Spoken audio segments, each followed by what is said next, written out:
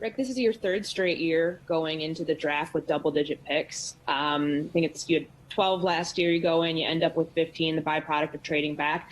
How important is it, or how important could it be potentially to use some of that draft capital that you do have, given the gap between 14 and 78, to try to either get a second-round pick or trade up further to get a higher-rated player? Just like as we do trades, and a lot of times, like I think we right now have four fourth round picks, which does give you the ability to move back into the second round. And a lot of times, even when we're trading, and last year, if we traded back, or some of the trades we have done, and we took future picks for this year, because you don't know every year how things evolve. And the one point of emphasis I do want to make is, even after the draft, it doesn't mean your roster set, or it doesn't mean you're going to continue to maybe look at trades on some veterans or sign veterans out there. We'll continue that process even after the draft. But, to have the draft capital that we have, it gives us a lot of flexibility, hopefully, to be able to move up in the draft if we want to go do that.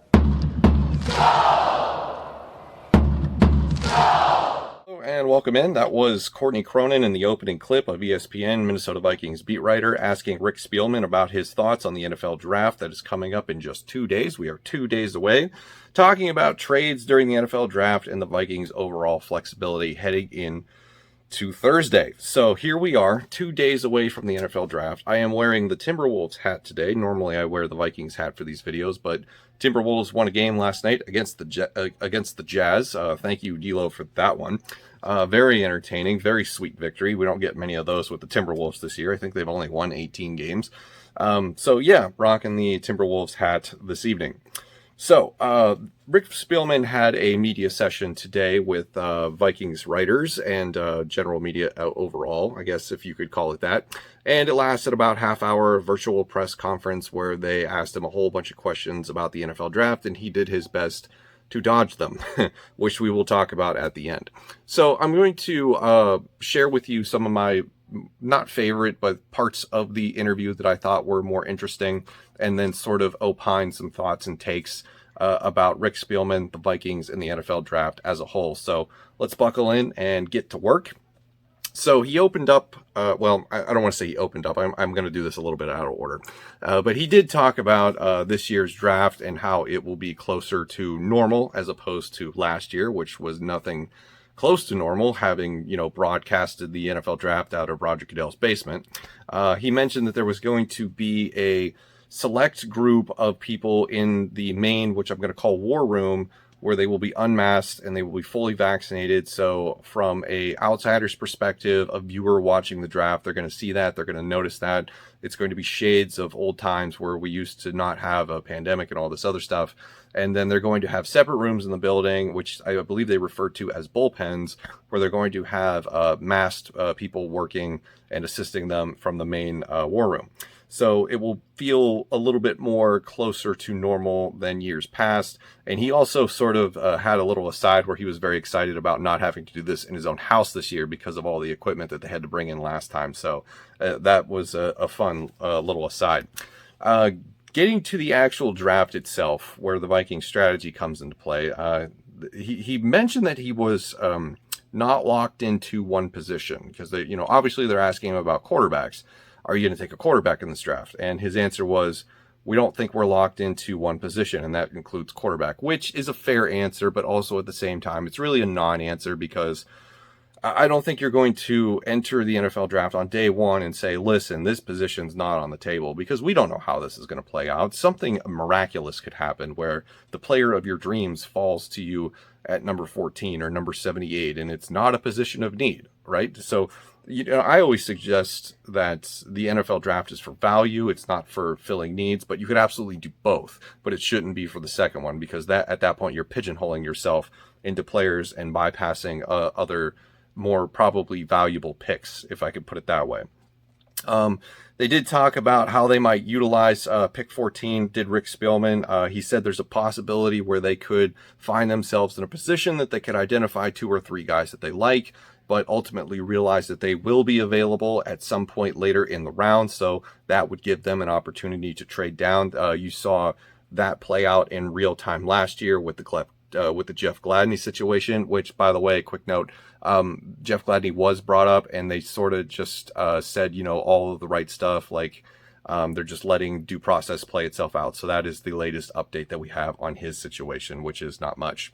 But anyway, you saw that play out last time in real life, or in real time, where they were like, we could trade back, and some of these corners are just sitting there. We can absolutely get one of them. So, and then they end up getting Jeff Gladney after trading back in the first round with their second first-round pick. So that is a potential scenario. I believe it's one that we're all expecting. They could trade down from 14 overall, acquire a second-round pick that they don't currently have. He did mention that trading back is certainly an option. He also threw in that they haven't been making a lot of calls about moving up in the first round, which I thought was probably the most interesting nugget of information that he provided today. If you remember a few days ago, I believe it was a few days ago, Tom Pelissaro did a hit on NFL Network where he talked about certain teams that could potentially be moving up at the first round. He mentioned the New England Patriots. He also mentioned the Minnesota Vikings, and he sort of correlated that move with the possibility that one of these top-tier offensive tackles could slide in the first round, like Penei Sewell, Rashawn Slater. One of those two would be a prime candidate or a target that Minnesota would trade up to in the top 10 potentially to go get to solve some of their offensive line problems. So that's obviously conflicting statements. We'll see who is right when it comes to draft day. He was also asked an important question about the 64 pick gap between number 14 and number 78 overall. Remember, after the 14th overall pick, whatever they decide to do with that, they don't pick again until 78. They only got 3 in the top 100. That's 14, 78, and 90. So there is definitely going to be a run on players that they're going to have to sit back and watch and twiddle their thumbs as names come off the board rapidly and they can't do anything about it. So he was asked about that situation. He talked about trading back up into the second round using his fourth round picks. He's got 4 of them this year. So he thinks that he could potentially use those as leverage if they see the board falling a certain way where they're getting worried. They might have to go get somebody that they thought would be there later. So he talked about the potential of not being patient, but also not being too aggressive, and the avenues that they could go if they wanted to get back into the second round if they don't trade down and get one in the first. So that is a potential scenario that we could look out for, is if they stay at 14 and ultimately decide to keep that pick and then figure out a different way to get into the second round. So those were all of the main points that I wanted to touch base on from the Rick Spielman interview. Those were the more interesting ones that I thought. So if you made it this far, now it is time for my opinions and takes on the entire press conference. So what do we think of this? Honestly, I don't think there's too much to read into this. As I said in the beginning, he sort of dodged most of these questions with non-answers. And you could look at these on paper in the transcripts and say to yourself, well, they do look like answers, but on the surface, they're really not. Of course, when you're asked, are all positions on the table, you're going to say yes. There's going to be no point where you're like, well, we want nothing to do with middle linebacker, because there could be a situation where that comes up. So obviously, nothing is off the table until the draft is over or something else happens. As far as sitting at 14 overall and staying there, there was a mention that he said if we stay at 14 quite frequently during this half-hour media session. I ultimately am of the belief that the Vikings will trade out of the 14th overall pick, and they will trade down in the first round to either acquire a second-round pick or maybe another third, whatever it takes. But I think Rick Spielman's going to want more picks. He's definitely got to find a way into the second round, whether it's in the middle or later or wherever he can.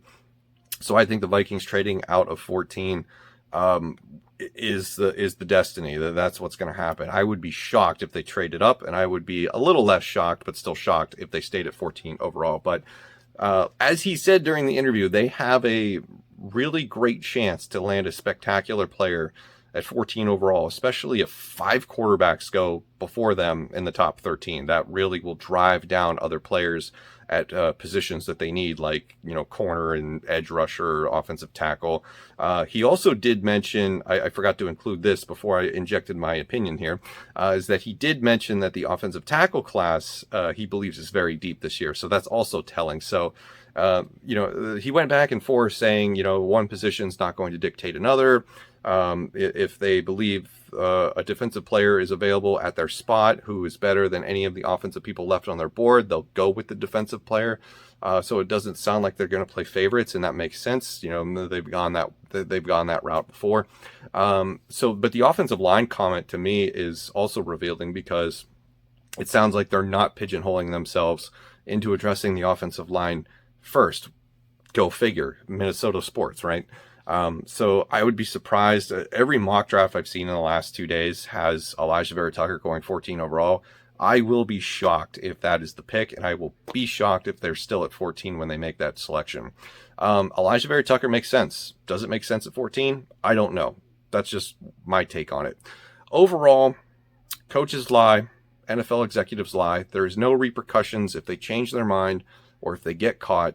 So there is really not much to take away from this, other than the few things that I thought were interesting, like saying that he hasn't made a lot of calls to trade up, even though you could kind of dig into that and figure out that he's probably fibbing about it. And also that he believes the offensive tackle class is deep, which is kind of more of an answer than a non-answer, because what he's doing there is, disguising the amount of players that he's probably looked at and the amount of offensive tackles that he probably likes. Because really you don't want to say, well, there's only 2. And then suddenly, the rest of the league knows that you've only got 2 on your board. And now, they're like, well, we can take advantage of this. So that's just good, smoke screen, if you will. So that's going to do it for the video. Those are my thoughts, takes, and opinions on this. Ultimately, I believe there's not much to read into this, but there are a few things that you can sort of point to and say, yeah, that makes sense. And then sort of confirm your priors when it comes to what the Vikings will do with the 14th overall pick. And my prior confirmation is that they will trade down. So let me know what you think in the comments below. We are 2 days away from the NFL draft. I will see you tomorrow for a predictions video. Thank you for watching. See you in the next one.